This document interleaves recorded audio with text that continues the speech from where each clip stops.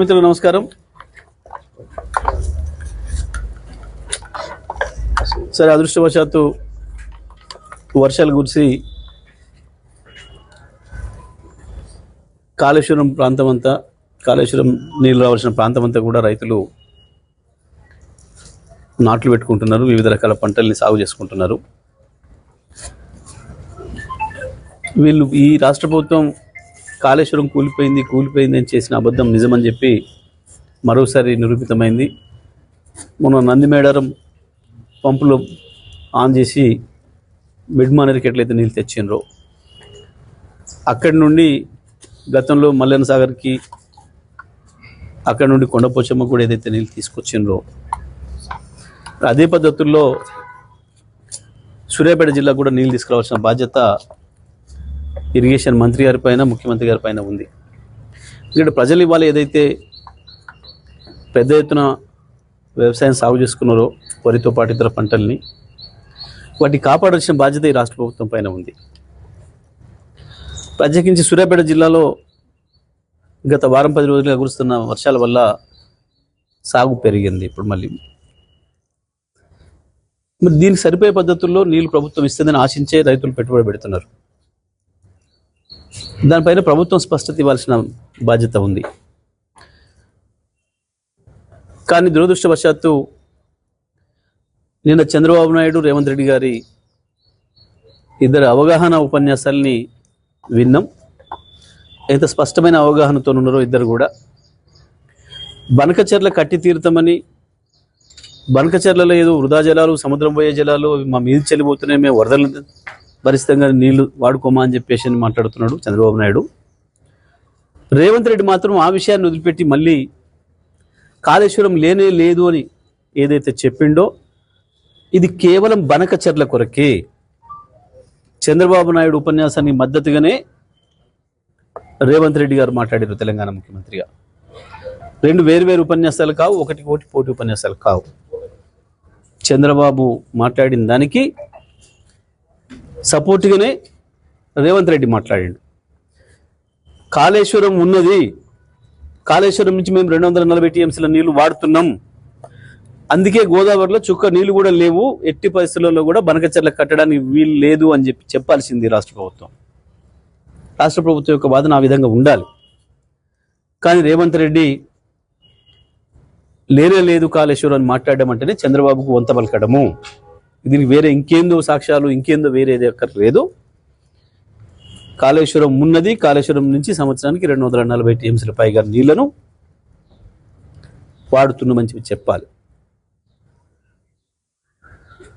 ఇది చెప్పకపోతే బనకచెర్లకు అనుమతి ఇచ్చినట్టే, తెలంగాణకు ద్రోహం చేసినట్టే, అందులో ఏం సందేహం లేదు. మీరు వాడిన నందిమేడారం పంప్ హౌజ్లు కావచ్చు, గాయత్రి పంప్ హౌస్ కావచ్చు, ఆ తర్వాత మిడ్మానేరు పైన ఉన్న అన్నపూర్ణ కావచ్చు, మల్లన సాగర్ కావచ్చు, అక్కడి నుంచి కొండపోచమ్మకు తీసుకురావడానికి వాడిన ఇతర పంప్ హౌజులు కావచ్చు, నంగనాయక సాగర్తో సహా, ఇవన్నీ కూడా కాళేశ్వరంలో భాగమే. మీరు ప్రారంభించాల్సిందల్లా కేవలం కన్నెపల్లి పంప్ హౌజు, దానిపైన ఉన్న ఇంకొక పంప్ హౌస్, సుందిల దగ్గర ఉన్న pump house, Golivada pump house, ఈ రెండింటినీ వాడితే సరిపోతుంది. ఇవాళ మల్లన సాగర్ నింపాల్సిన అవసరం ఉంది, రంగనాయక సాగర్ నింపాల్సిన అవసరం ఉంది, అన్నపూర్ణ నింపాల్సిన అవసరం ఉంది, కొండపోచమ్మ ఆ నుంచి బస్వాపూర్ నింపుకోవాల్సిన అవసరం ఉంది. మరొక వైపు వరంగల్ జిల్లాలో మైలవరం నుంచి, బైనవాగు నుంచి సూర్యాపేట వరకు, చిన్న సీతారాం తండ వరకు నీళ్ళు తీసుకురావాల్సిన అవసరం ఉంది. సరే, నిన్న ఉత్తమ్ కుమార్ రెడ్డి ఇంకొక మాట మాట్లాడాడు. ఏదో దేవాదుల నీళ్ళు ఏదో తెస్తా మీకు అని చెప్పేసి మాట్లాడి తుంగతుర్తికి. అంటే దీంతోనే వీళ్ళకి అర్థమైంది, ప్రజలకు అర్థమైంది, మీరు ఇన్ని రోజులు ఎస్ఆర్ఎస్ నుంచి తెస్తున్నాం నీళ్ళు అని చెప్పిన మాట ఏదైతే ఉందో అది అబద్ధం. గత 4 సంవత్సరాలు సూర్యాపేట తాలూకా, సూర్యాపేట జిల్లా రైతాంగం కావచ్చు, వరంగల్ జిల్లాలోని మిగతా ప్రాంతాల రైతాంగం కావచ్చు, వాడిని మొత్తం కూడా కాళేశ్వరం నీళ్ళు అనే విషయాన్ని నేను స్పష్టంగా చెప్పిండు ఉత్తమ్ కుమార్ రెడ్డి. ఇవాళ కొత్తగా దేవాదాయ నీళ్ళు ఇస్తారని మాట్లాడుతున్నాడు. తెలంగాణ రైతాంగం, సూర్యాపేట జిల్లా రైతాంగానికి ఒకటే కావాలి, నువ్వు నీళ్ళు ఇవ్వాలి అంతే. దానికి ఏం పేరు పెడతావో ఏం చేస్తావో, ఈ సంవత్సరం 1 ఎకరం ఎండిపోకుండా నీళ్ళు ఇవ్వాల్సిన బాధ్యత ప్రభుత్వం పైన ఉంది. ఈ ముఖ్యమంత్రి చేస్తున్న ద్రోహం ఏదైతే ఉందో తెలంగాణ ప్రజలకి, తెలంగాణ ప్రజలందరూ కూడా అర్థం చేసుకోవాల్సిన అవసరం ఉంది. రైతాంగం కూడా తగు రీతిలో స్పందించాల్సిన అవసరం ఉంది. నిన్నటి స్వాతంత్ర దినోత్సవ సందర్భంగా చేసిన ఉపన్యాసాలు చంద్రబాబు నాయుడుకు ఉపయోగపడే పద్ధతుల్లో చంద్రబాబు నాయుడు ఉపన్యాసం కొనసాగింపులో భాగంగానే రేవంత్ రెడ్డి కూడా మాట్లాడిండు.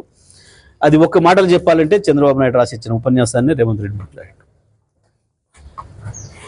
కానీ డ్రామా చేసి ఏదో మీడియాలో, డబ్బా ఛానళ్ళల్లో ఏదో ముఖ్యమంత్రులు పోటీపడి మాట్లాడిన కొంతమంది వేసినారు. బహుశా వాళ్ళకి అర్థం కాకనా, అవగాహన లేకనా, లేదా వాళ్ళ స్పాన్సర్డ్ ప్రోగ్రామ్గా వేసినరా. నిన్నటి మాత్రం చాలా స్పష్టంగా బనకచెర్ల కుట్రకి అనుకూలంగానే తాళం వేసిండు, తందనాలు ఆడుతున్నాడు ముఖ్యమంత్రి రేవంత్ రెడ్డి తప్ప ఇంకోటి కాదు. ఎట్టి పరిస్థితులలో బనకచెర్లను వ్యతిరేకించి తీరాలి.